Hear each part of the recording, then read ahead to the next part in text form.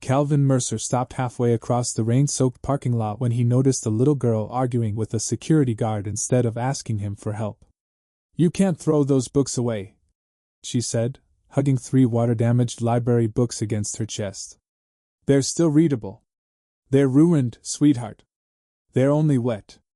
The guard sighed, clearly exhausted after a long shift behind the Cincinnati Public Library. Calvin watched from several yards away, briefcase still in one hand, umbrella forgotten at his side as cold October rain soaked the shoulders of his charcoal coat. Most people would have seen another homeless child making trouble.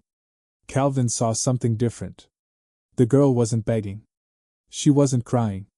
She wasn't asking anyone to rescue her. She was trying to save a few books no one else wanted.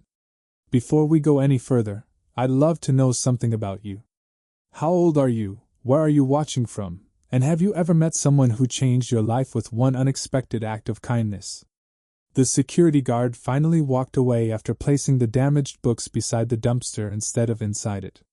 The girl immediately knelt on the wet pavement, carefully stacking the books inside a faded backpack whose zipper had been tied shut with a piece of string. Calvin walked over. "You know those books probably won't survive." She looked up cautiously. Neither grateful nor afraid. Just careful. "They might," she answered, "if I dry them the right way." Her voice carried the confidence of someone who had learned not to waste words. Calvin noticed she couldn't have been older than 10. Her blonde hair was damp from the rain, strands sticking to her pale face. The oversized brown jacket she wore had clearly belonged to someone much bigger, and her sneakers were worn thin enough that rainwater had already soaked through them. "I'm Calvin." She hesitated. "Lily. Do you have somewhere to stay tonight, Lily?" She shrugged. "I usually figure something out." It was the kind of answer no child should ever be able to give so casually. Calvin owned Mercer Infrastructure Advisors, a respected engineering consulting firm that kept him buried in deadlines, inspections, and board meetings. At 58, he had spent years convincing himself that work was easier than returning to an empty house after losing his wife. His colleagues often told him he needed to slow down. Instead, he worked longer hours. Keeping busy hurt less than feeling lonely. He reached into his wallet. "Would you let me buy you dinner?" Lily looked at the folded bills. Then back at him. "I don't want money." The answer surprised him. "What do you want?" She pointed toward the maintenance cart parked beside the library entrance. "If they need leaves raked or trash picked up, I'll do that." "You'd rather work for dinner?" She nodded without hesitation. "My mom used to say people remember how you earn things." For a moment, neither of them spoke. Calvin didn't know anything about Lily's story. He didn't know where her mother was. He didn't know how long she'd been alone. What he did know was this. In a city full of people rushing home to escape the rain, one little girl was protecting damaged books and refusing free money because her dignity mattered more than convenience. Something inside him shifted. He couldn't explain it. He only knew that walking away suddenly felt like the one decision he wouldn't be able to live with. Calvin didn't take Lily to dinner that night. Instead, he asked the library's maintenance supervisor if there was any work a 10-year-old could safely help with. The older man smiled, handed Lily a pair of oversized work gloves, and pointed toward a flower bed buried beneath rain-soaked leaves. "If you fill 2 bags, I'll buy both of you dinner," he said. Lily grinned for the first time. It completely changed her face. She worked with quiet determination, carefully gathering leaves into neat piles while Calvin helped without making it obvious he was doing most of the heavy lifting. Every few minutes she glanced at him, as if trying to decide whether he was real or simply another adult who would disappear before morning. They ate at a small neighborhood diner 2 blocks away. Lily ordered the least expensive meal on the menu. Calvin noticed. "You can choose anything. This is enough. You don't even like meatloaf?" She shrugged.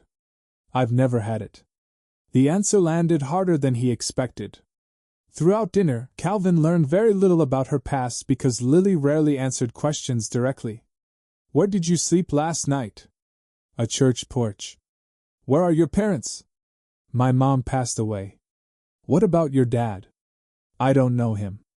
Every answer was short, almost rehearsed. Not because she was rude. Because experience had taught her that telling strangers too much usually made life worse. When the waitress brought a slice of apple pie to the table, Lily quietly split it in half. You don't have to share, Calvin said. She slid one piece toward him anyway. My mom always said food tastes better when nobody eats alone. For a brief moment, Calvin couldn't speak. His wife, Emily, had believed exactly the same thing. After dinner, he drove Lily to the county youth shelter, expecting the evening to end there. Instead, the intake coordinator frowned the moment she saw Lily. She left 3 weeks ago. Lily lowered her eyes. I wasn't causing trouble. I know, the coordinator replied gently. You kept giving your blankets to younger kids. Calvin looked from one to the other. Why would that be a problem? Because she kept sleeping outside afterward. Lily answered before anyone else could. They needed them more. The coordinator sighed. She's one of the easiest children we've ever cared for. Then why isn't she here? Because she refuses long-term placement. Calvin turned toward Lily. Why? She stared at the floor. They keep asking where my relatives are. And? There aren't any. Silence settled over the office. The coordinator finally explained that after her mother's death, several temporary placements had failed. Some families wanted financial assistance but not the responsibility. Others simply weren't prepared for a quiet child carrying years of grief. Eventually Lily stopped believing any place would become permanent. Calvin drove home alone that night. For the first time in years, the house felt different. Not emptier. Just louder somehow. Emily's framed photograph still rested on the fireplace mantel. He stood in front of it longer than usual. I don't know what I'm supposed to do, he whispered. There was no answer. Only memories. The next morning, Calvin canceled 2 client meetings. His executive assistant nearly dropped the phone. You've never canceled a board meeting. I know. Is everything okay? I honestly don't know. Over the next several weeks, Calvin visited Lily almost every afternoon. Sometimes they walked through the library. Sometimes they worked on homework. Sometimes they simply sat on a bench reading in comfortable silence. He never arrived with expensive gifts. She never asked for anything. Slowly, tiny routines formed between them. One afternoon, Lily handed him a folded piece of notebook paper. Inside was a neatly written list. Rules for living at my house. Calvin looked confused. I don't have a house. Maybe someday. The first rule read, always tell the truth, even when it's embarrassing. The second, clean up your own mess. The third, nobody eats alone. Calvin smiled through unexpectedly wet eyes. He realized something remarkable. Without either of them saying it aloud, they had both quietly started imagining the same impossible future. The adoption became official 6 months later on a bright spring morning. There were no television cameras. No balloons. No dramatic speeches. Just a county judge, 2 witnesses, and a quiet 10-year-old girl wearing a simple pale blue dress she had picked herself because, as she explained to Calvin, it looks like the sky after the rain stops. When the judge signed the final papers, Calvin expected Lily to smile. Instead, she asked one careful question. So, if I make a mistake someday, do I have to leave? The courtroom fell completely silent. Calvin knelt beside her chair. You don't run a family by being perfect. She searched his face for several long seconds. You promise? I promise. Only then did she reach for his hand. That drive home felt different from every drive before it. For the first time, either of them was wondering where Lily would sleep that night. She was already home. Life settled into an ordinary rhythm, and Calvin quickly discovered that ordinary was something he had missed more than success. Every weekday began with breakfast in the kitchen before school. Lily insisted on packing her own lunch. Every Friday evening became library night, when they visited the same public library where they had first met. Sometimes they borrowed books. Sometimes they simply wandered through the aisles recommending stories to each other. The librarians eventually stopped asking if they needed help. They simply smiled whenever the two walked through the front doors. Calvin's work remained demanding. Mercer Infrastructure Advisors continued growing, taking on larger transportation and flood control projects throughout Ohio and neighboring states. His reputation rested on one simple belief. Good engineering wasn't about building the cheapest structure. It was about building something people could trust. He brought that same philosophy home. Whenever Lily broke a plate, forgot a chore, or made a poor decision, he never asked, "Who's to blame?" He asked, "What's the next right thing to do?" One afternoon, 12-year-old Lily accidentally knocked over a bucket of paint while helping him repaint the backyard fence. Blue paint splashed across the patio and onto Calvin's favorite work boots. She froze. "I'm sorry." "I know. I ruined them." He looked down at the paint, then back at her. "Can we clean the patio?" "Yes." "Can I buy another pair of boots?" "I guess." "Then the boots aren't the problem." She frowned. "What is?" "If you lied about it." She nodded slowly, absorbing the lesson. Years passed, marked less by birthdays than by traditions. Every Thanksgiving, they cooked together. Every Christmas, Lily chose one book to donate anonymously to the library in memory of her mother. Every spring, Calvin planted flowers beneath the maple tree Emily had once loved, and Lily helped without ever being asked. The empty house slowly became a home filled with conversation, laughter, and quiet routines that stitched two wounded lives into one family.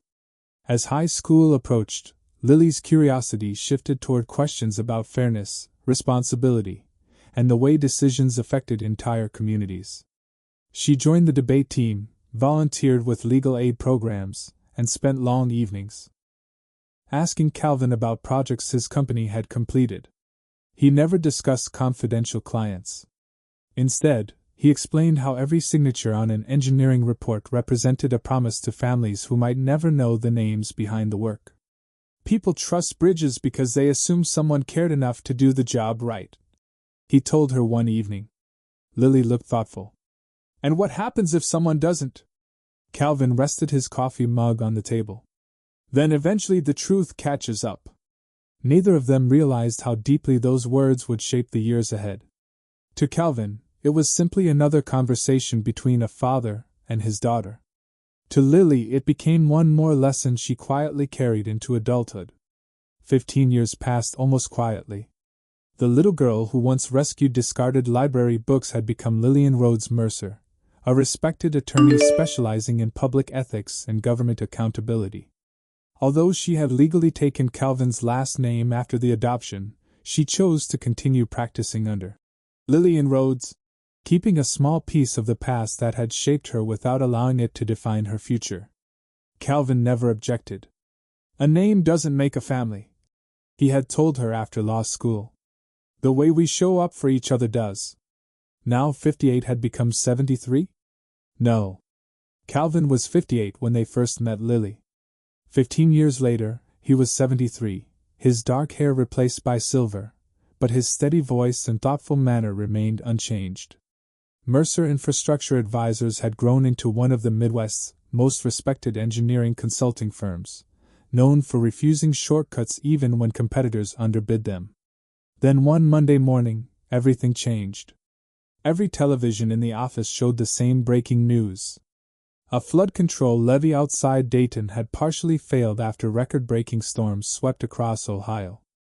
Although no lives were lost thanks to timely evacuations, thousands of homes were damaged, and investigators quickly began reviewing every company involved in the original project. Mercer Infrastructure Advisors had served as the lead engineering consultant 15 years earlier. Within 48 hours, reporters surrounded Calvin's headquarters. Headlines questioned whether warning signs had been ignored. Commentators debated corporate responsibility before any official findings had been released. Employees arriving for work avoided television cameras waiting outside the building.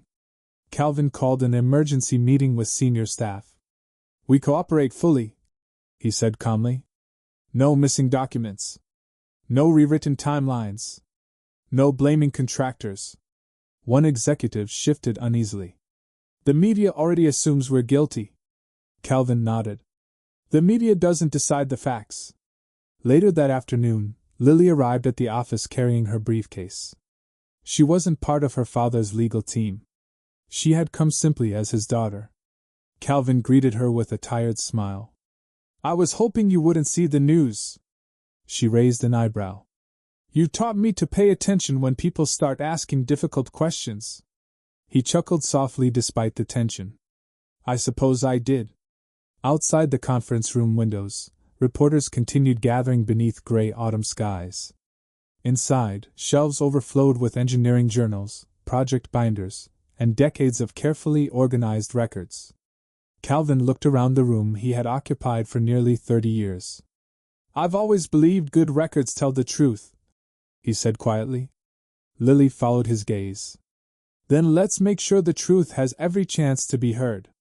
Neither of them realized that somewhere among thousands of forgotten pages rested one decision from long ago, ordinary at the time, but now capable of testing everything they believed about responsibility, integrity, and the meaning of keeping one's word.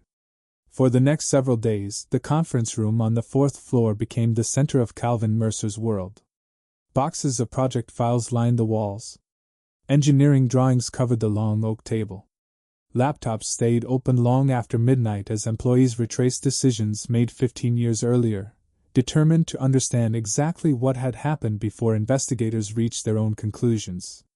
Calvin insisted on reading every major report himself.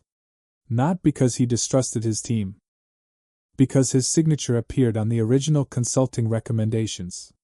If my name is on it, he told the staff, then I owe everyone the courtesy of remembering why. Lily wasn't officially representing Mercer Infrastructure Advisors. Her law firm had strict conflict of interest policies, and she respected them. Instead, she spent her evenings helping organize public records, separating confidential documents from files that could legally be shared with investigators. She treated every page with the same care she once used to rescue soaked library books. Nothing was rushed. Nothing was ignored. Late one evening, while searching through archived digital folders, Lily noticed an old reference number that didn't appear in the final project index. Curious, she walked downstairs to the climate-controlled storage room where thousands of paper records were preserved. An elderly records manager smiled as she approached. Haven't seen anyone ask for these boxes in years. I'm looking for the original design review files from the Riverside Levee project. He disappeared into the aisles before returning with a faded gray archive box. A layer of dust covered the lid. Inside were handwritten meeting notes, engineering calculations, environmental studies, and internal memoranda from dozens of specialists who had debated the project before construction ever began. Lily spent hours reading quietly. Most documents confirmed what everyone already knew. The project had met every state and federal engineering requirement at the time. Independent reviewers had approved the final recommendations. Nothing suggested dishonesty. Then she found a thin blue folder tucked between two larger binders. Across the front someone had written, Alternative Risk Assessment. She carefully opened it. Inside was a discussion prepared during the early planning phase. One engineering team had proposed reinforcing part of the levee with additional structural protection that could reduce long-term erosion during unusually severe weather cycles. The proposal wasn't described as mandatory. It wasn't labeled a safety defect. It simply outlined an additional precaution if future climate patterns proved more extreme than historical data suggested. Lily frowned. The recommendation hadn't disappeared. It had been discussed, reviewed, compared with several competing options. In the final meeting minutes, an independent review panel concluded the existing design already exceeded required safety standards, while the alternative would significantly delay construction and increase costs without enough scientific evidence to justify the change. Calvin's signature appeared beneath that conclusion. Nothing about the file suggested misconduct. But it revealed something more complicated. Someone had recognized a possible long-term uncertainty. A judgment call had been made. Lily carried the folder upstairs. Calvin was still sitting alone in the conference room, reading through another stack of reports beneath a single desk lamp. He looked exhausted. She placed the blue folder in front of him. His eyes settled on the cover. For several seconds he didn't touch it. "I remember this," he said quietly. "You do?" He nodded. "It was one of the hardest meetings of my career." He slowly opened the folder. "I argued that we should study the alternative longer." Lily looked surprised. "But this recommendation went forward." "It did. What changed?" Calvin leaned back in his chair. "The independent review board believed the existing design already provided an appropriate safety margin based on every verified weather model available then. We spent weeks reviewing additional data. Eventually I accepted their conclusion. You still signed it." "I did. Do you regret it?" Calvin remained silent for a long moment. Finally he answered with complete honesty. "I regret that the world turned out differently than anyone expected." He looked directly at Lily. "But regret isn't the same as believing we acted carelessly." The room fell quiet. Neither of them spoke. Outside the windows, rain tapped softly against the glass. Lily understood the difference. This wasn't a hidden scandal waiting to be uncovered. It wasn't evidence of greed. It wasn't proof of corruption. It was something far more difficult. Years ago, good people had faced incomplete information, weighed competing risks, listened to independent experts, and made the decision they sincerely believed best served the public. Now history was asking whether that decision had been enough. For the first time since the investigation began, Lily realized this case would never be about finding a villain. It would be about deciding what responsibility truly meant when honest judgment collided with unforeseen consequences. The investigation moved from newspaper headlines to formal proceedings. State officials announced that an independent review panel would hold a public hearing before deciding whether Mercer Infrastructure Advisors had met its professional obligations. It wasn't a criminal trial, but the outcome could determine whether the company kept its licenses to consult on future public infrastructure projects. Inside the office, the atmosphere grew noticeably quieter. People still worked hard, but conversation stopped whenever the television in the lobby carried another update. Some employees had spent their entire careers with Calvin. Others had recently bought homes, started families, or welcomed newborn children. Everyone understood what was at stake. One afternoon, Calvin called a meeting with department managers. "I don't want anyone worrying about protecting me," he said calmly. "Protect your work. Protect your integrity. Those are the only things worth defending." After the meeting, Lily found him alone in his office. He was holding an old leather notebook she had never seen before. "I found this while cleaning the storage cabinet," he said, placing it on his desk. The pages were filled with handwritten notes from 15 years earlier. Every meeting, every engineering debate, every concern, every question. There were no dramatic confessions. No hidden admissions. Just the thoughts of a man trying to make the best decision possible with the information available at the time. Lily slowly turned the pages. One entry caught her attention. "Leadership isn't choosing between right and wrong. Sometimes it's choosing between two responsible options and accepting that neither guarantees a perfect outcome." She looked up. "You wrote this?" Calvin smiled faintly. "I needed to remind myself." "Did you ever think about keeping the project from moving forward?" "Every day during those meetings." "Why didn't you?" "Because delaying it another year would have left thousands of families without flood protection, while we searched for answers that didn't exist yet." Lily closed the notebook. For the first time, she truly understood the burden he had carried. This wasn't a story about cutting corners. It was a story about uncertainty. That evening, the company's outside legal counsel reviewed the investigation strategy. The review panel only requested the official project record. One attorney explained, "The notebook and the alternative assessment aren't part of the required production." Another lawyer nodded. "They're historical working documents. Legally, we're under no obligation to volunteer additional materials unless specifically requested." The room became very still. Several executives looked relieved. Calvin didn't. After the meeting ended, he remained seated while everyone else left. Lily stayed behind. "They're right," she said quietly. "Those documents aren't legally required." "I know. You could simply answer the questions you're asked." "I could." Either of them spoke for several moments. Finally, Calvin leaned back in his chair and looked out the window toward the Cincinnati skyline. "When you were 12, he said softly, "you spilled blue paint across my patio." Lily smiled. "I remember. You asked whether you were in trouble. And you asked if I was going to lie about it."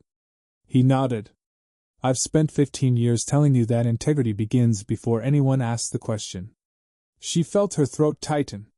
He wasn't telling her what to do. He wasn't asking for advice. He was reminding both of them of the standard by which they had always lived. Calvin gently pushed the leather notebook and the blue folder across the desk. "I won't decide what happens to these." Lily looked at him in surprise. "They're part of your story. They're part of ours now." He rested his hands on the desk. "If those papers belong before the review panel, they'll get there. If they don't, I want that conclusion reached honestly, not because you're trying to protect me." Lily picked up the notebook, feeling its worn leather beneath her fingertips. Years ago, Calvin had given a frightened little girl a permanent home without asking her to earn it. Now he was giving the woman she had become something even harder to carry: his complete trust. And she understood that whatever decision lay ahead, it would define not only his legacy, but her own. The public hearing was scheduled for the following Tuesday.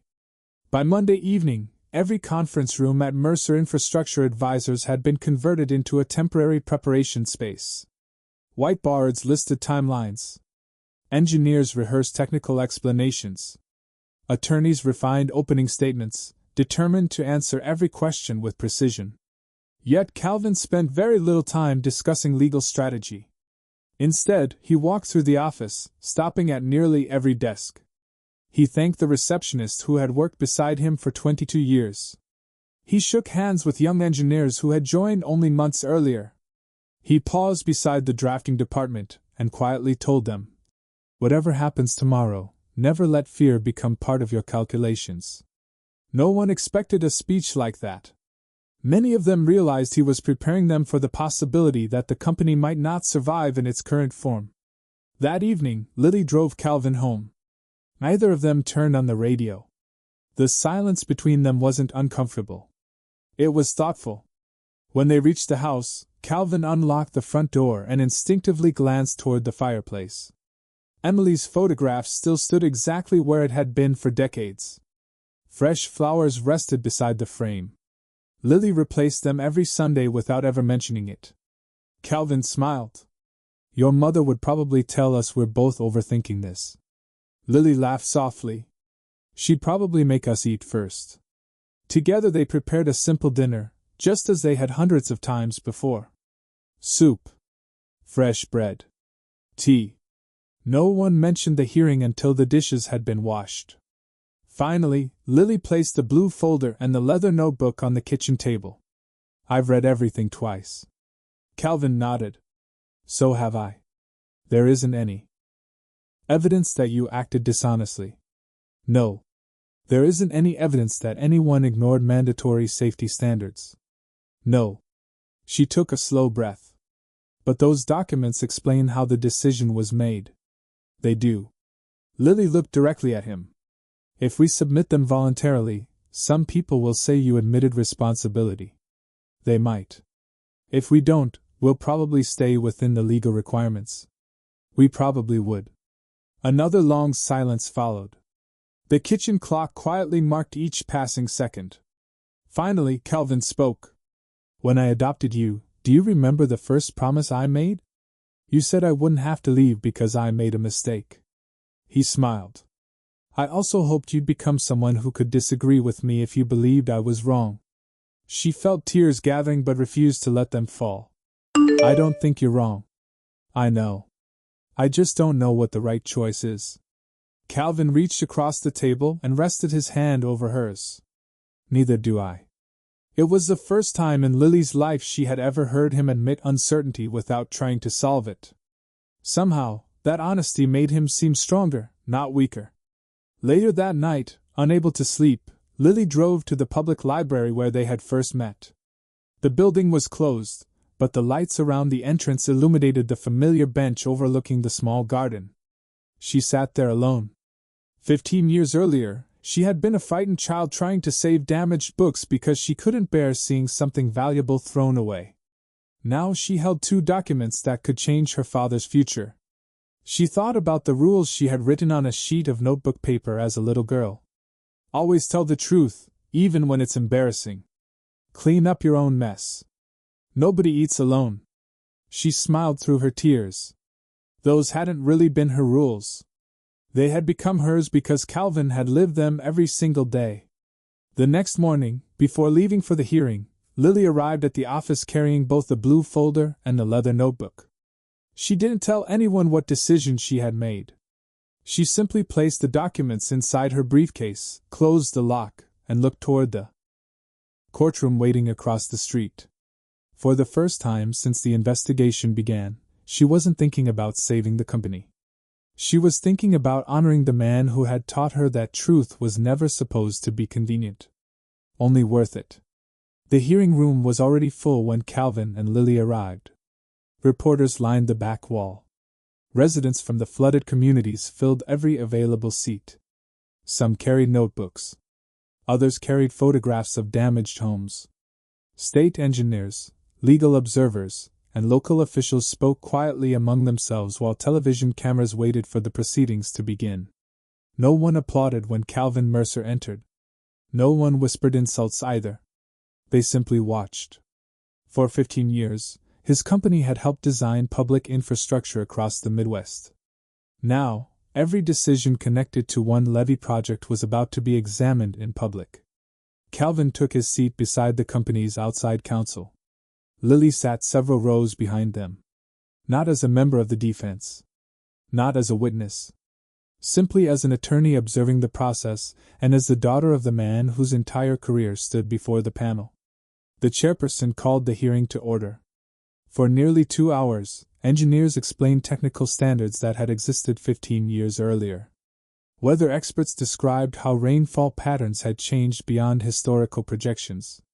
Independent reviewers confirmed that the original design had complied with every applicable regulation at the time construction began.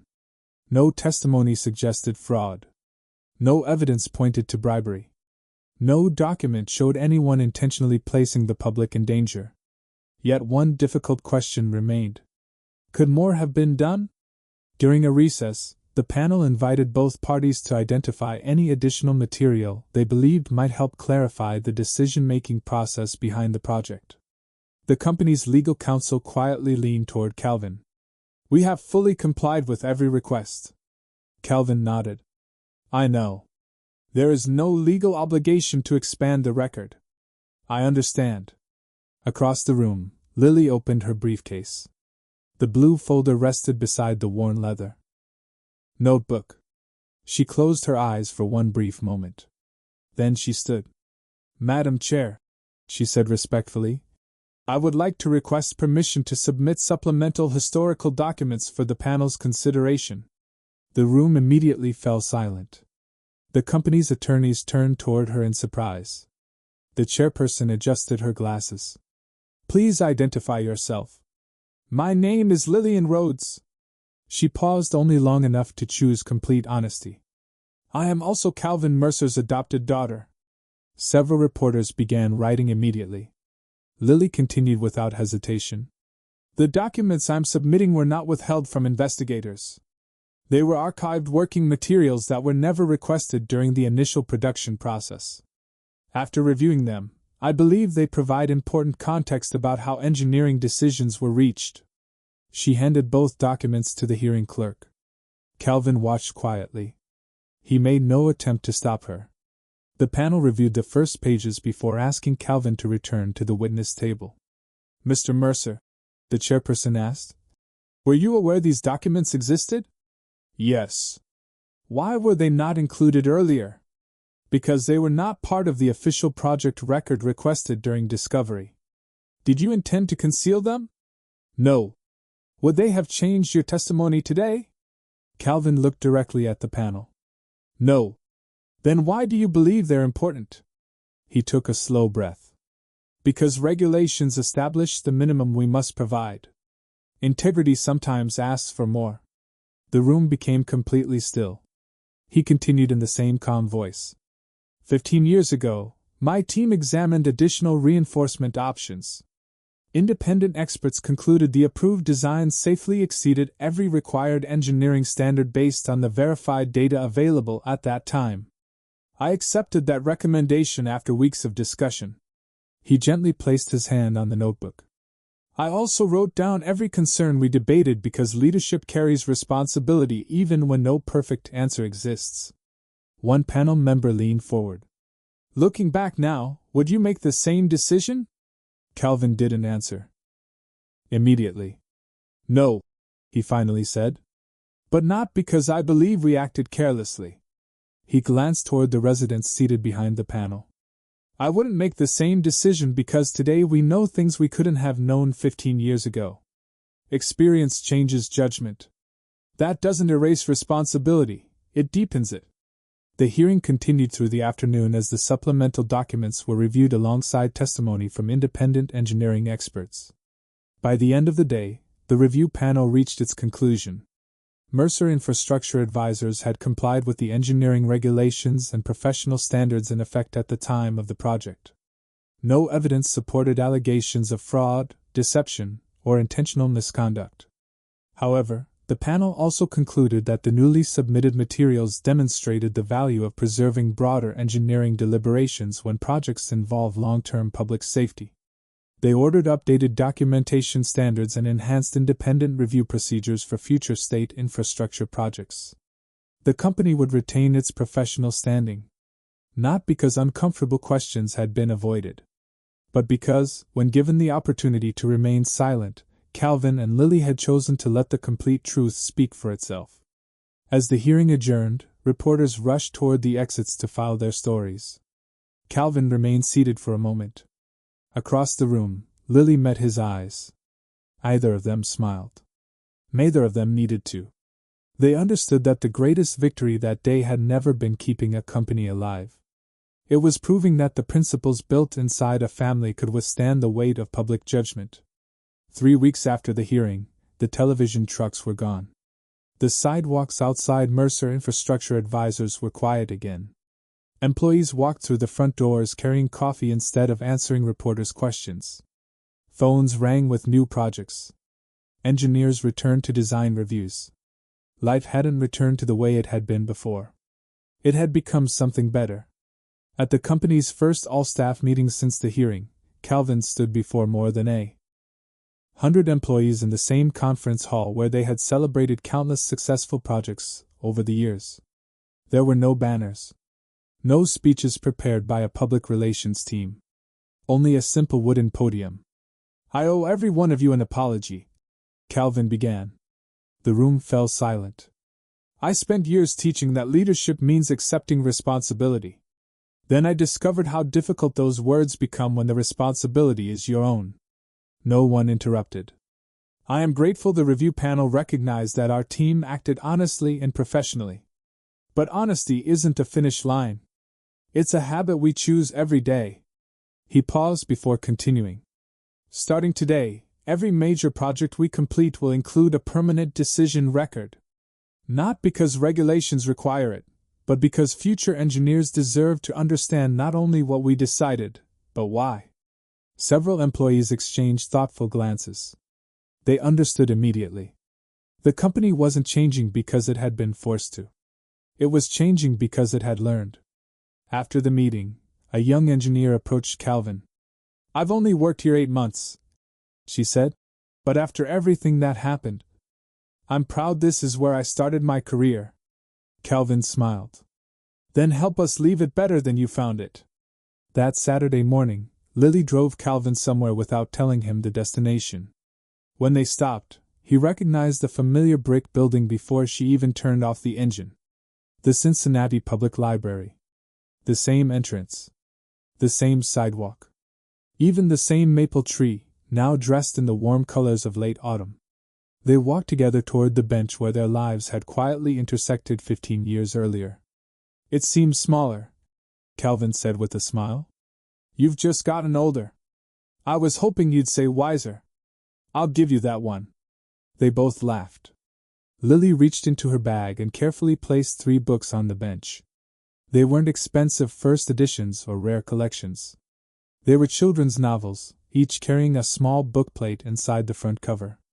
In honor of those who believe every child deserves both a story and someone who stays. Calvin. Read the inscription twice.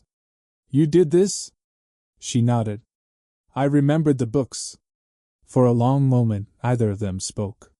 Children ran across the library lawn while parents called after them. A librarian unlocked the front doors for the morning visitors. The ordinary sounds of life continued all around them. Finally, Lily turned toward Calvin. Do you know what I realized after the hearing? What? When I was little, I thought you saved me because you felt sorry for me.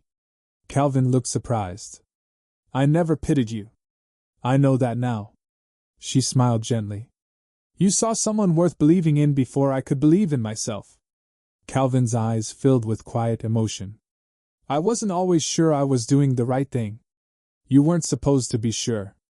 She reached over and took his hand, just as she had in the adoption courtroom so many years earlier. You just kept showing up. Calvin looked toward the library entrance where they had first met on a rainy October evening. Back then, he had believed he was making one compassionate decision for one lonely child. He understood differently now. Buildings could be repaired. Companies could grow or disappear. Reputations could rise and fall. But the greatest thing any parent could ever build wasn't measured in blueprints, contracts, or headlines. It was the courage to raise another human being who would choose truth even when love made that choice painfully difficult. As they stood to leave, Calvin glanced once more at the library doors.